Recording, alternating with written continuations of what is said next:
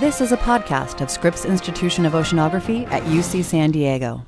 To learn more about how you can support Scripps, visit us online at scripps.ucsd.edu.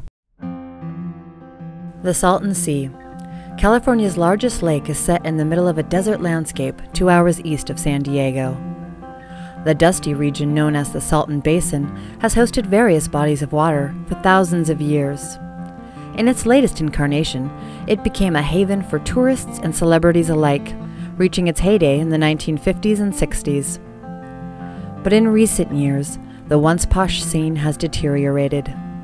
Evaporation and the steady runoff of fertilizers and salt from nearby farmland have continually diminished the lake's water quality, leaving only memories of the vibrant tourist attractions of yesteryear.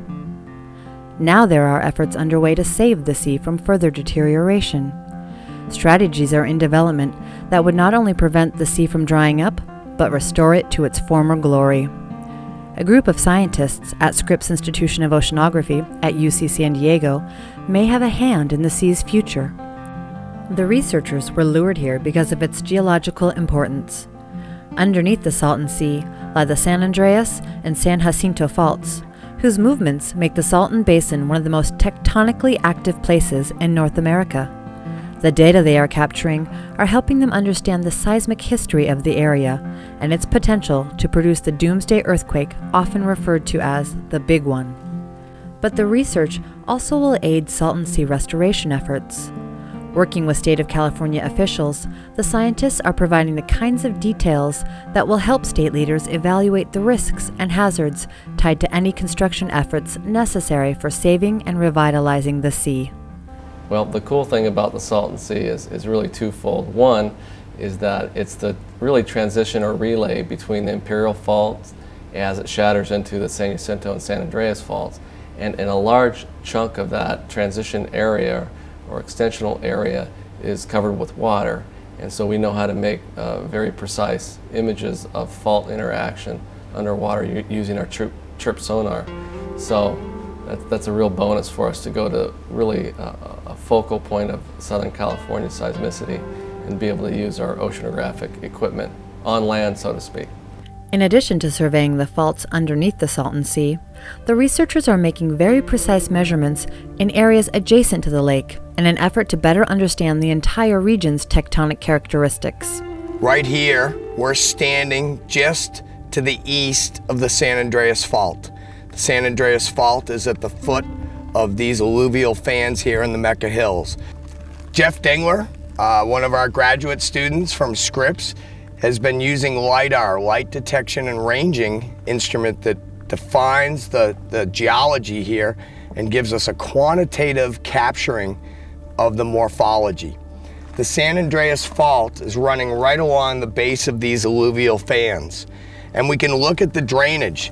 The drainage running off these alluvial fans has been offset. And this offset allows us to measure how much displacement has occurred on the fault. And we can reconstruct this through time.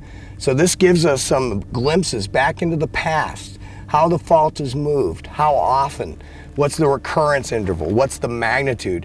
These are all things we want to know so that we can understand or make better probability functions of which fault is more susceptible to move in the future. At Salt Creek, near the northern shore of the Salton Sea, the scientists are digging deep for details of the geological history of the area. With colleagues at San Diego State University, the researchers excavated a large trench, allowing them to go back in time to study seismic activity revealed in the sediment layers. This area is interesting because what we're standing on right here on this trench is the San Andreas Fault. And most people would agree that this section of the San Andreas Fault has the potential to have an earthquake based on studies of when the most recent event occurred. Right here, we're looking at a paleoseismic trench, and what we do here is we locate the fault using digital imagery from satellites and air photos. Actually, the guys who are primarily doing the work here are at San Diego State University, Gordon Seitz and Pat Williams.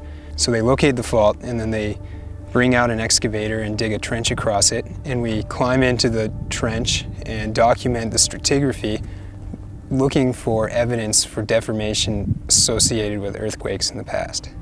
The scientific results produced from the Salton Sea Research Project are already paying dividends, with vital, never-before-seen data emerging. But the researchers say the information holds value beyond questions of science. Their interactions with State of California officials are paving the way for a new chapter in the Salton Sea's history. We've had a real excellent relationship with both Senator Denise Ducheney and her office, and then also Resource Secretary Chrisman and his office. And they've really been on board from the very beginning, and they've been out to the Salton Sea to see our trench. They've been very supportive of this project, and now are working with the Department of Water Resources to actually get the increment of funding to finish the project up. But I think what's really special about this project, there's a whole other community, and this is the people who are trying to save the Salton Sea, and it's a very large $9 billion project, or thereabouts.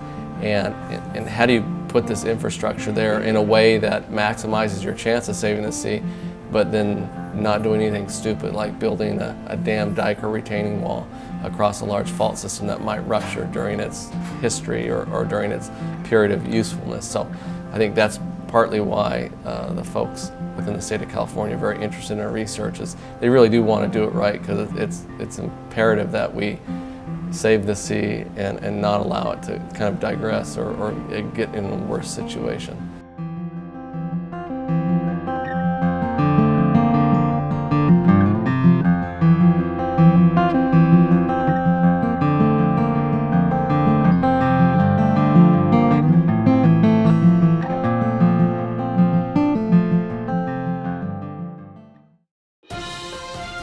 This is Wendy Hunter Barker for Scripps Institution of Oceanography at UC San Diego.